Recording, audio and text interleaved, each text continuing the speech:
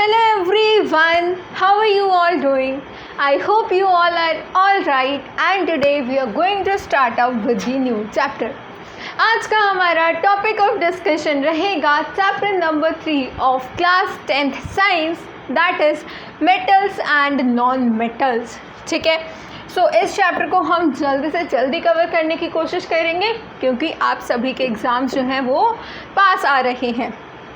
ठीक है, सो आगे बढ़ते हैं. अब सबसे पहले किसी भी चैप्टर को स्टार्ट करने से पहले हमें पता होना चाहिए उस चैप्टर के नेम का मीनिंग.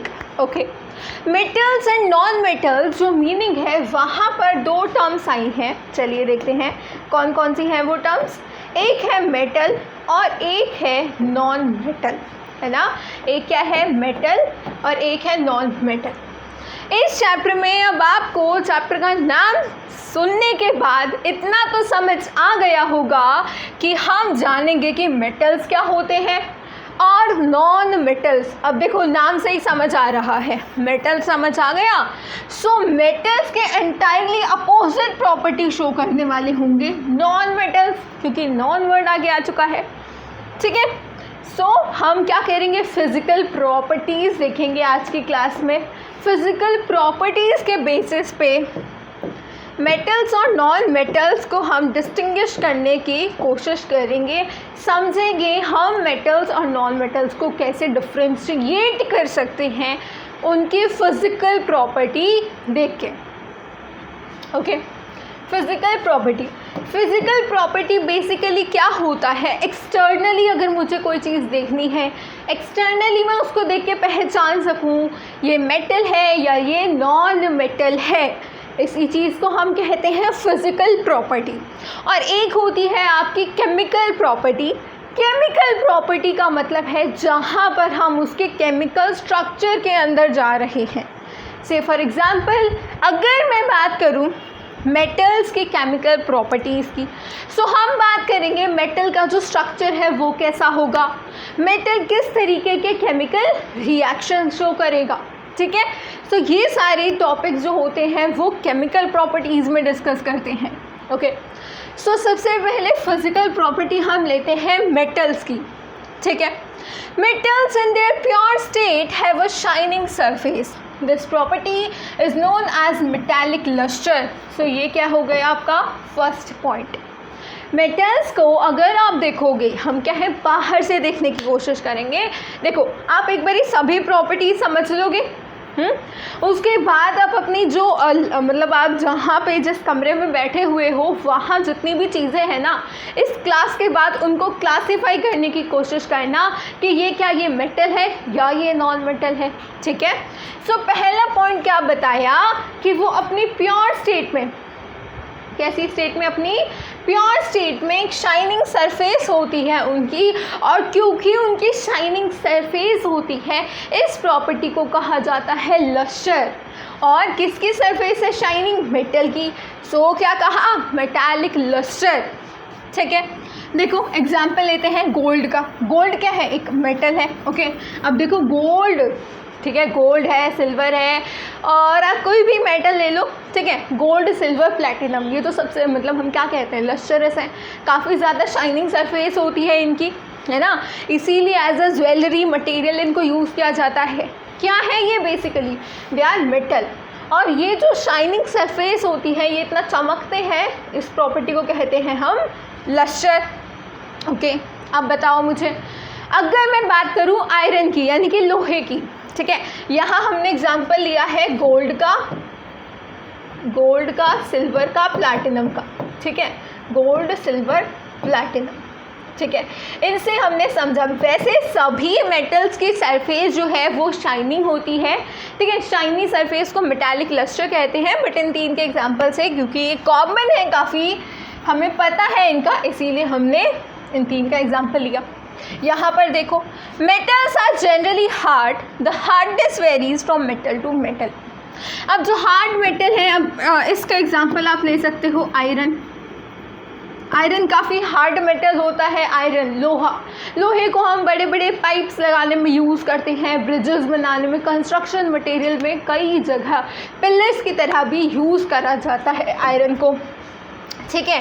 अब यहाँ क्या लिखा है, जनरली तो वो हार्ड होते हैं, लेकिन इनकी जो हार्डनेस है वो मेटल से मेटल वेरी करती है। अगर मैं बात करूँ सोडियम की, तो सोडियम एक कितना सॉफ्ट मेटल है तो वो भी मेटल, ठीक है। सोडियम जो है, एक हो गया आयरन और एक है हमारा सोडियम। सोडियम एक इतना सॉफ्ट मेटल है जिसको हम जो है सिंपल नाइफ से भी हम उसको काट सकते हैं, बड़ा ही स्मूथली उसकी कटिंग हो जाएगी, 2 पीसेस में वो सेपरेट हो जाएगा। सो ये बात काफ़ी ज़्यादा इम्पॉर्टेंट है कि जिस हम इस हार्डनेस की बात कर रहे हैं वो मेटल से मेटल तक वेरी करती है। ओके, अब हम आगे भी पढ़ेंगे। मान लो हम प्रॉपर्टीज़, अब देखो प्रॉपर्टीज़ किसको कहते हैं, जो मैक्सिमम, अब जैसे मेटल कहा है, सो मेटल्स की कैटेगरी में जो मैक्सिमम जो मेटल्स के एग्जांपल्स हैं, अगर वो इस चीज़ को फॉलो कर रहे हैं सो ये बन जाती है मेटल की प्रॉपर्टी, ठीक है। अब जैसे मैंने कहा कि इनकी जो है जनरली हार्ड होते हैं, लेकिन सोडियम क्या है, सॉफ्ट मेटल है, लेकिन है तो ये भी मेटल। एक और एग्जांपल ले सकते हो पोटाशियम का। पोटाशियम भी क्या है, एक सॉफ्ट मेटल है, ठीक है, लेकिन है भी ये मेटल, मतलब कि ये भी मेटल है। इसका मतलब है कि कुछ ना कुछ हर एक प्रॉपर्टी में ज़रूरी नहीं है, लेकिन कुछ प्रॉपर्टी ऐसी हो सकती हैं जो कि हर एक मेटल शो ना करे। अगर हर एक मेटल शो नहीं कर रहा तो वो मेटल जो इस प्रॉपर्टी को शो नहीं करेंगे, ठीक है, या फिर हम नॉन मेटल के केस में बात करेंगे, सो अगर नॉन मेटल प्रॉपर्टी को शो नहीं करेंगे उनके जनरल प्रॉपर्टी से, उस चीज़ को हम बोलते हैं एक्सेप्शंस, ठीक है, वो हम आगे पढ़ेंगे, ठीक है। Okay, The ability of metals to be drawn into thin wires is known as ductility. अभी हमने बात करी थी शाइनिंग लस्टर की, मेटालिक लस्टर जो कि मेटल्स में देखने को मिलता है। सेकेंड प्रॉपर्टी थी हार्डनेस की, और थर्ड प्रॉपर्टी है डक्टिलिटी की, ठीक है। डक्टाइल कोई चीज़ है और मेलिएबल, ये डेफिनेशन आपको याद होनी चाहिए, कई बार 1 मार्क क्वेश्चन में डायरेक्ट पूछ लिया जाता है एग्ज़ाम में, ठीक है। डक्टिलिटी से आप याद रखोगे कि कोई जैसे मेटल वायर्स सुना होगा, काफ़ी कॉमन है, ठीक है, घर में भी यूज़ होते हैं, जैसे कॉपर वायर्स हैं, कॉमन चीज़ है ना। सो सबसे ज़्यादा मतलब जो ये वाली प्रॉपर्टी है ना डक्टिलिटी की और मेलिएबिलिटी की, मेलिएबल क्या होता है, थिन शीट्स में कन्वर्ट करना, ठीक है, मतलब कि उसको इतना मारो मारो मारो बीट करते रहो किसी हार्ड चीज़ से, और जो वो मेटल था ना, मान लो इतना थिक मेटल है, वो पतला पतला पतला पतला होता जाएगा, थिकनेस कम होती जाएगी, और वो थिन शीट में, जैसे एल्यूमिनियम फॉइल्स हम यूज़ करते हैं, कॉपर वायर्स यूज़ करते हैं, ठीक है। सो अब क्वेश्चन आता है कि सबसे ज़्यादा कौन सा मेटल शो करता है ये प्रॉपर्टी, ठीक है। सो ये कुछ एक्स्ट्रा पॉइंट्स हैं जो कि आप याद रख सकते हो। डक्टिलिटी का मतलब क्या हुआ, डक्टिलिटी जब हम मेटल्स को थिन थिन वायर्स में, ठीक है, वायर्स में उनको हम कन्वर्ट कर सकते हैं। मेटल्स का एक मास है, जैसे कि आप यहाँ पर देखो स्टार्टिंग में हमने जो डायग्राम लिया है मेटल का, ये क्या है, मेटल है एक, ठीक है, और ये एक नॉन मेटल है। मेटल जो है अब वो देखो इतने थिक प्रेजेंट है ना, मतलब काफ़ी ज़्यादा मोटे तरीके से इस तरीके से प्रेजेंट है, काफ़ी ज़्यादा इनकी थिकनेस है, और इसको हम जब कन्वर्ट कर रहे होंगे पतले पतले वायर्स में, इस प्रॉपर्टी को कहते हैं डक्टिलिटी। और जब हम सी कर लेना इसको, और जब हम मेटल्स को थिन थिन शीट्स में कन्वर्ट करते हैं उस प्रॉपर्टी को कहते हैं मेलिएबिलिटी। आई होप आप मेलिएबिलिटी को और डक्टिलिटी को तो कभी भूलोगे ही नहीं, क्योंकि जैसे मेलिएबिलिटी और डक्टिलिटी ये दोनों प्रॉपर्टीज़ आप डेली लाइफ में यूज़ करते हो, है ना। एल्यूमिनियम फॉइल है, मेलिएबिलिटी का ही एग्जाम्पल है, क्योंकि एल्यूमिनियम क्या है, एक मेटल है ना, ओके। और कॉपर वायर। अच्छा, अब क्वेश्चन ये था कि कौन सा मेटल जो है वो सबसे ज़्यादा डक्टाइल है, कौन सा मेटल सबसे ज़्यादा मेलिएबल है। सो डक्टिलिटी और मेलिएबिलिटी आप देखोगे गोल्ड और सिल्वर की ही मैक्सिमम होती है, ठीक है, दोनों में आप गोल्ड और सिल्वर डाल सकते हो। ये कुछ ऐसे मेटल्स हैं जो सबसे ज़्यादा डक्टिलिटी और मेलिएबिलिटी शो करते हैं प्रॉपर्टी, ठीक है। सो अब क्वेश्चन ये भी आ सकता है, हम तो यूज़ करते हैं एल्यूमिनियम फॉइल, गोल्ड फॉइल क्यों नहीं यूज़ करते? अगर उसको हम सबसे ज़्यादा थिन शीट में सबसे ज़्यादा तरीके से हम उसको थिन पार्ट में कन्वर्ट कर सकते हैं। आई होप ये क्वेश्चन का आंसर आपको पता होगा। गोल्ड क्या है, काफ़ी महंगा होता है, इसी तरीके से सिल्वर भी काफ़ी महंगा मेटल है ना। और यहाँ देखो डक्टिलिटी में भी हम कॉपर वायर्स को जनरली यूज़ करते हैं, ठीक है। कॉपर क्या है, एक मेटल है। कॉपर वायर्स को जनरली यूज़ करते हैं, गोल्ड या सिल्वर के नहीं करते। क्यों? अगर हम वायर्स ही इनसे बनाएंगे गोल्ड और सिल्वर से, हम खाना पे गोल्ड या सिल्वर से करेंगे, तो आप सोच सकते हो, ठीक है। इसीलिए हम डेली लाइफ में गोल्ड और सिल्वर को जैसे मेलिएबिलिटी में जैसे फॉइल की तरह यूज़ नहीं करते, और वायर्स में भी जनरली यूज़ नहीं करा जाता। Gold is the most ductile metal. You will be surprised to know that a wire of about 2 kilometer length, 2 kilometer length किसकी, वायर की बताई गई है, can be drawn from 1 gram of gold। समझ रहे हो इस चीज़ को? 1 ग्राम गोल्ड है अगर हमारे पास, AU किसकी रिप्रेजेंटेशन है, गोल्ड की, ठीक है। 1 ग्राम गोल्ड से अगर मैं इसको जैसे वायर्स की फॉर्म में कन्वर्ट करूँ, सो इससे 2 किलोमीटर तक की लेंथ का वायर बन सकता है। कितनी लेंथ का वायर बन सकता है? 2 किलोमीटर लेंथ का। It is because of the malleability and ductility that metals can be given different shapes according to our needs, ठीक है। काफ़ी सिंपल सा पॉइंट है। अगर देखो अब इनकी प्रॉपर्टी क्या है कि इनको हम थिन शीट्स में कन्वर्ट कर सकते हैं, वायर्स की फॉर्म में कन्वर्ट कर सकते हैं। अगर इनके पास ये प्रॉपर्टी होती ही नहीं कि हम इनको जैसे इनकी शेप चेंज कर सकते हैं, है ना, हम इनको जैसे हम बीट करते हैं किसी मेटल को, सो वो थिन शीट्स में वायर्स की फॉर्म में कन्वर्ट करते हैं। बेसिकली क्या हो रहा है, मेटल्स की शेप चेंज हो रही है, और हम मेटल्स की शेप चेंज करते हैं, अपने अकॉर्डिंगली उनको यूज़ करते हैं। सो ये जो है काफ़ी ज़्यादा इम्पॉर्टेंट है, मेलिएबिलिटी और डक्टिलिटी प्रॉपर्टी हमारे लिए भी। और ये बात तो आप ध्यान रखना, ठीक है, ये क्वेश्चन की फॉर्म में पूछा जा सकता है कि 1 ग्राम गोल्ड से 2 किलोमीटर लेंथ का जो है हम वायर बना सकते हैं, ठीक है। Metals are good conductor of heat and have high melting points, ठीक है। अभी तक हमने क्या पॉइंट्स डिस्कस करे, मेटालिक लस्टर के बारे में, फिर हमने जाना था मेटल की हार्डनेस के बारे में, और फिर हमने मेलिएबिलिटी और डक्टिलिटी, यानी कि अभी तक 4 पॉइंट्स डिस्कस कर लिए हैं।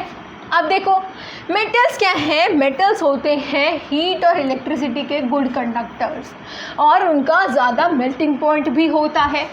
यानी कि मेल्टिंग पॉइंट क्या है, मेल्टिंग पॉइंट इज़ बेसिकली जिस टेम्परेचर पे वो पर्टिकुलर सब्सटेंस, मेटल्स की बात हो रही है तो मेटल मेल्ट हो जाए, ठीक है। सो मेल्टिंग पॉइंट अगर इनका ज़्यादा नहीं होगा, मतलब इनका मेल्टिंग पॉइंट ज़्यादा नहीं होता, इस वजह से ये हीट के गुड कंडक्टर होते हैं। अब जैसे घर में जो बर्तन यूज़ करते हो, है ना, सो वो हम जनरली मेटल्स के यूज़ करते हैं, बिकॉज वो अलाउ करते हैं अपने अंदर से हीट पास होने देते हैं, ठीक है। अब बेस्ट कंडक्टर देखो हीट का, that is silver and copper. Silver और कॉपर क्या है, हीट के बेस्ट कंडक्टर्स हैं। डक्टिलिटी में, मेलिएबिलिटी में भी कहीं ना कहीं सिल्वर ने अपना फर्स्ट या सेकेंड रैंक बना लिया था, और यहाँ पर भी हीट के बेस्ट कंडक्टर की बात आई तो भी सिल्वर आगे हाजिर है, ठीक है। सो सिल्वर क्या है, बेस्ट कंडक्टर है हीट का, as well as copper. Lead and mercury are comparatively poor conductors of heat, ठीक है। लेड और मरकरी भी क्या है, मेटल्स हैं, लेकिन अगेन मैंने आपको कहा था कि अगर किसी प्रॉपर्टी को हर एक वो एग्जाम्पल, ठीक है, मेटल्स की बात कर रही हैं, सो मेटल का एग्जाम्पल फॉलो नहीं करता, सो उसको हम बोलते हैं एक्सेप्शन, ठीक है, उसको हम डील करते हैं as a exception. So lead और मरकरी क्या है, ये पुअर कंडक्टर होते हैं हीट के, ठीक है। आगे बढ़ते हैं, चलिए the metals that produce a sound on striking a hard surface are said to be sonorous. ठीक है, सोनोरस वाली चीज़ आई होप आप सभी को पता ही होगी, ये बस आपको नाम याद रखना है। मेटल्स कैसे होते हैं सोनोरस? सोनोरस मतलब मेटल्स की सरफेस पे अगर हम स्ट्राइक करते हैं, अगर ज़ोर से आपने स्ट्राइक करा मेटल की सरफेस पे, सो वो आवाज़ को प्रोड्यूस करते हैं, मतलब आवाज़ आती है उनकी सरफेस पे जब हम स्ट्राइक करते हैं, दे प्रोड्यूस अ साउंड। और इसी वजह से जो हमारे स्कूल बेल्स होती हैं या फिर आपने देखा होगा मंदिरों में जो घंटी होती है वो कैसी होती है? मेटालिक होती है ना, मेटल की बनी होती है। स्कूल की बेल्स कह लो या फिर टेम्पल वाली बेल कह लो। Metals are good conductor of electricity and as well as heat. Heat और electricity दोनों के ही अच्छे कंडक्टर होते हैं मेटल। ठीक है, इसी वजह से तो अब देखो, अब हीट और इलेक्ट्रिसिटी के हमने कहा अच्छे कंडक्टर हैं। ओके, इस वजह से हम जो है कई जगह पर मेटल्स का इस्तेमाल करते हैं। ओके, अब क्यों होते हैं ये इलेक्ट्रिसिटी के अच्छे कंडक्टर्स? वो होते हैं बिकॉज आयंस के फॉर्मेशन करते हैं। और कैसे आयंस प्रोड्यूस करते हैं? कैटायंस। डिटेल में हम नेक्स्ट पार्ट में पढ़ेंगे, क्योंकि वहाँ हम देखेंगे इनकी केमिकल प्रॉपर्टीज़ के बारे में। ठीक है, अभी हम सिर्फ और सिर्फ फिजिकल प्रॉपर्टीज़ पढ़ेंगे। ओके, सो इतना क्लियर हुआ। सोनोरस होते हैं, लस्ट्रस होते हैं, हार्ड होते हैं। Metals malleability, ductility property show करते हैं, as well as they are good conductors of heat and electricity. Okay, now coming on to the non metals. अभी तक आई होप आपको सभी पॉइंट्स मेटल्स के जो हमने डिस्कस करे हैं वो अच्छे से क्लियर हो चुके हैं। अब बात करेंगे नॉन मेटल्स की, यानी कि वो सब्सटेंसेस जो कि मेटल्स नहीं हैं वो हो जाती हैं non metal. Some of the example of non metals are carbon, sulphur, iodine, oxygen and hydrogen. ये क्या है? नॉन मेटल्स के एग्जाम्पल हैं। ठीक है, इनके प्रॉपर्टीज़ की अगर मैं बात करूँ, so they have anti properties of metal. कैसी प्रॉपर्टीज़ होती है? मेटल से एंटाई प्रॉपर्टीज़ होती हैं इनकी। नाम से ही समझ आ रहा है नॉन मेटल, है ना। Okay, the non metals are either solid or gases except bromine which is are liquid.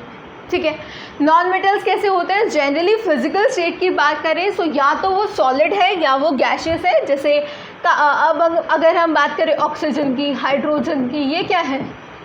Gaseous form exist करते हैं, है ना। लेकिन एक्सेप्शन क्या है? ब्रोमीन। ब्रोमीन क्या है? एक लिक्विड प्लस नॉन मेटल। ठीक है, मतलब जनरली आप कह सकते हो ये तीनों स्टेट में एग्जिस्ट करते हैं, solid, liquid and gaseous. Most non-metals produces acidic oxides when dissolved in water. On the other hand, metals give rise to basic oxides. ये सभी जो है रिएक्शंस हमने ऑलरेडी डिस्कस कर लिए हैं एसिड वाले चैप्टर में। ठीक है, बट फिर भी समझो इस बात को, नॉन मेटल्स कैसे होते हैं? एसिडिक ऑक्साइड्स होते हैं नॉन मेटल। ठीक है, मतलब कि अगर हम नॉन मेटल्स की जो ऑक्साइड्स होती हैं, ठीक है, नॉन मेटल ऑक्साइड्स का अगर हम, चलिए यहाँ पे लिखते हैं, नॉन मेटल ऑक्साइड्स कैसी होती हैं? एसिडिक ऑक्साइड्स होते हैं। ठीक है, non metal acidic oxide produce करते हैं। सो अगर आप नॉन मेटल ऑक्साइड्स का रिएक्शन करा रहे हो, just a second, okay, non metal oxide का अगर आप रिएक्शन कराते हो किसी बेस के साथ, सो सॉल्ट और वाटर की फॉर्मेशन होगी। क्यों? क्योंकि देखो ये नॉन मेटल ऑक्साइड कैसी होती हैं? एसिडिक ऑक्साइड होती हैं, एसिडिक नेचर होता है। इसी तरीके से अगर मैं यहाँ लिख दूँ मेटेलिक ऑक्साइड और यहाँ लिख दो बेस की जगह एसिड, सो ये भी क्या होगा? एक न्यूट्रलाइजेशन रिएक्शन। यहाँ पर भी सॉल्ट और वाटर की फॉर्मेशन होगी। यानी कि मेटल ऑक्साइड को जब मैं एसिड के साथ रिएक्ट कर रही हूँ, सॉल्ट बन रहा है। यानी कि मेटल ऑक्साइड्स का नेचर कैसा होता है? बेसिक। ठीक है, बेसिक नेचर होता है। और नॉन मेटल ऑक्साइड्स का नेचर होता है एसिडिक। क्लियर है सभी को? Okay, all metals except mercury exist as solid at room temperature. अब यहाँ पर हम बात कर रहे हैं मेटल्स की, ध्यान रखना थोड़ा, हम किसकी बात कर रहे हैं, मेटल्स की। यहाँ पर आ जाती हैं कुछ एक्सेप्शनल पॉइंट्स। सो अब हम दूसरा एग्जाम्पल ले लेते हैं कुछ लो मेल्टिंग पॉइंट वाले मेटल्स का। ठीक है, हमने क्या बात करी थी कि मेटल्स का जनरली हाई मेल्टिंग पॉइंट होता है, और ये सभी क्या है, एक्सेप्शंस है। एक्सेप्शंस मतलब जो जनरल कैरेक्टरिस्टिक को जो शो कर रही हैं मेटल्स या नॉन मेटल्स, उनसे थोड़ा हट के यहाँ पर कैरेक्टर शो करेंगे ये। सो सभी मेटल्स सॉलिड स्टेट में रहते हैं रूम टेम्परेचर पे, बट जो मरकरी है वो रूम टेम्परेचर पे कैसा होता है, लिक्विड स्टेट में प्रेजेंट होता है। All metals except mercury exist as solid at room temperature. Mercury आपने देखा होगा, जो कॉमन थर्मामीटर हम यूज़ करते हैं उनमें मरकरी प्रेजेंट होता है। ठीक है, सो वो कैसा होता है, लिक्विड होता है रूम टेम्परेचर पे। दूसरी बात अगर हम करें गैलियम की और सीजियम की, सो इनका काफ़ी कम मेल्टिंग पॉइंट होता है, और इनफैक्ट इतना कम मेल्टिंग पॉइंट इनका होता है कि अगर हम इनको अपनी बॉडी टेम्परेचर पे रखेंगे ना, तो ये मेल्ट होना स्टार्ट हो जाएंगे। These two metals will melt if you keep them on your palm पे, यानी कि हथेली पे रखेंगे। सो क्या मिला, बॉडी टेम्परेचर मिला सीजियम या फिर गैलियम को। सो ये क्या है, मेटल्स हैं, बट फिर भी they have low melting points. Clear है सभी को। So now the next point is iodine is a non metal but is lustrous. देखो नॉन मेटल्स की प्रॉपर्टीज़ में अगर मैं बात करूँ, सो नॉन मेटल्स क्या होते हैं, basically they are not lustrous. ठीक है, नॉन मेटल्स लस्टरस नहीं होते। ओके, सो अगर नॉन मेटल्स जनरली लस्टरस नहीं है, फॉर एग्जांपल मैं बात करूँ कार्बन की। ठीक है, कार्बन की फॉर्म जो कोयला है, कोल जिसको हम कहते हैं इंग्लिश में कोल। ठीक है, ये क्या है, लस्टरस नहीं है। यहीं पर गैसेस की बात करूँ, सो गैसेस क्या लस्टरस होती हैं, यानी कि शाइनी होती हैं, नहीं होती। लेकिन आयोडीन एक ऐसा नॉन मेटल है जो कि लस्टरस होता है, यानी कि शाइनी सरफेस होती है। ठीक है, सो ये नॉन मेटल्स की कैटेगरी के example exceptions. Carbon is a non metal that exist in different forms, each form is called an allotrope. अब एक ही पर्टिकुलर हम नॉन मेटल की बात करें, एक ही एलिमेंट की बात अगर हम करें जो कि अलग अलग फॉर्म्स में प्रेजेंट है, जैसे कार्बन की मैं बात करूँ, सो कार्बन प्रेजेंट होता है 3 फॉर्म में, कोल, एक है ग्रेफाइट, और आपको जान के हैरानी होगी कि डायमंड भी कार्बन की ही फॉर्म है। ठीक है, एक तरफ तो कार्बन अपनी फॉर्म कोल को शो करता है और दूसरी तरफ डायमंड भी कार्बन की ही फॉर्म है, जिसको हम बोलते हैं एलोट्रॉपिक फॉर्म। ठीक है, क्या बोलते हैं, एलोट्रॉपिक फॉर्म, यानी कि जो एक ही एलिमेंट की डिफरेंट फॉर्म्स होती हैं। ओके, क्लियर हुआ सभी को एलोट्रॉप्स क्या होते हैं, और ये सारे पॉइंट्स आप सभी को क्लियर होने चाहिए। ठीक है, डायमंड की भी अगर मैं बात करूँ, सो डायमंड की भी काफ़ी सारी एक्सेप्शंस होती हैं। ठीक है, जो नॉन मेटल्स होते हैं, non metals are generally not hard. ठीक है, हार्ड नहीं होते, सॉफ्ट से होते हैं। बट वहीं पर डायमंड की अगर मैं बात करूँ, जो कि नॉन मेटल कार्बन का ही एक फॉर्म है, एलोट्रॉपिक फॉर्म है, वो इतना हार्ड होता है कि दुनिया की हार्डेस्ट सब्सटेंस ही डायमंड है। ठीक है, और आयोडीन मेटल कैसा, नॉन मेटल कैसा है, लस्टरस नॉन मेटल। वहीं पर नॉन मेटल की एक और प्रॉपर्टी होती है, एंड दैट प्रॉपर्टी इज कि जैसे हमने देखा था मेटल्स में वो इलेक्ट्रिसिटी कंडक्ट कर रहे थे, नॉन मेटल्स इलेक्ट्रिसिटी कंडक्ट नहीं करते। और कार्बन की एक फॉर्म ग्रेफाइट इस चीज़ की एक्सेप्शन है, ग्रेफाइट कंडक्ट करता है इलेक्ट्रिसिटी को। ठीक है, ग्रेफाइट क्या करेगा, इलेक्ट्रिसिटी कंडक्ट करेगा, ग्रेफाइट कंडक्ट्स इलेक्ट्रिसिटी। ठीक है, सो हमने 3 फॉर्म लिखी थी, आउट ऑफ विच डायमंड एक एक्सेप्शन है नॉन मेटल के नॉर्मल प्रॉपर्टीज से, और वो सबसे ज़्यादा हार्डेस्ट सब्सटेंस है हमारी अर्थ पे जो एग्जिस्ट करती है। वहीं पर ग्रेफाइट की अगर मैं बात करूँ, सो ग्रेफाइट इलेक्ट्रिसिटी कंडक्ट करता है। ठीक है, और आयोडीन कैसा होता है, लस्टरस होता है। ये देखिए यहाँ पर आ गए ये points. Graphite another allotrope of carbon is a conductor of electricity and diamond की अगर मैं बात करूँ सो हार्डेस्ट नेचुरल अकरिंग सब्सटेंस है और इसका जो मेल्टिंग पॉइंट होता है वो भी काफ़ी ज़्यादा होता है as well as boiling point भी काफ़ी ज़्यादा होता है। ठीक है, सो ये है डायमंड, ये है ग्रेफाइट, दोनों की आप इमेज देख सकते हो। अब देखो हार्डेस्ट सब्सटेंस है, सो हार्ड है तो भाई मेल्टिंग पॉइंट भी ज़्यादा होगा और बॉइलिंग पॉइंट, ये दोनों चीज़ें भी ज़्यादा होती है। ठीक है, सो ये हो गई हमारे डायमंड और ग्रेफाइट की बात। Now coming on to the alkali metals. Alkali metals क्या होते हैं बेसिकली? एल्कली मेटल्स होते हैं लिथियम, ओके ऊपर दे रखे हैं lithium, sodium, potassium and rubidium भी होता है। Okay, so alkali metals lithium, sodium, potassium are so soft that they can cut with a knife. ये मैंने आपको बता दिया था स्टार्टिंग में ही कि ये इतने सॉफ्ट होते हैं, इतने सॉफ्ट होते हैं कि सिंपल चाकू से भी हम इनको काट सकते हैं। इनकी डेंसिटी भी कम होती है और इनका मेल्टिंग पॉइंट भी कम होता है। Elements can be more clearly classified as metals and non-metals on the basis of their chemical properties. So basically chemical properties ऐसी properties है जिनमें exception नहीं होती।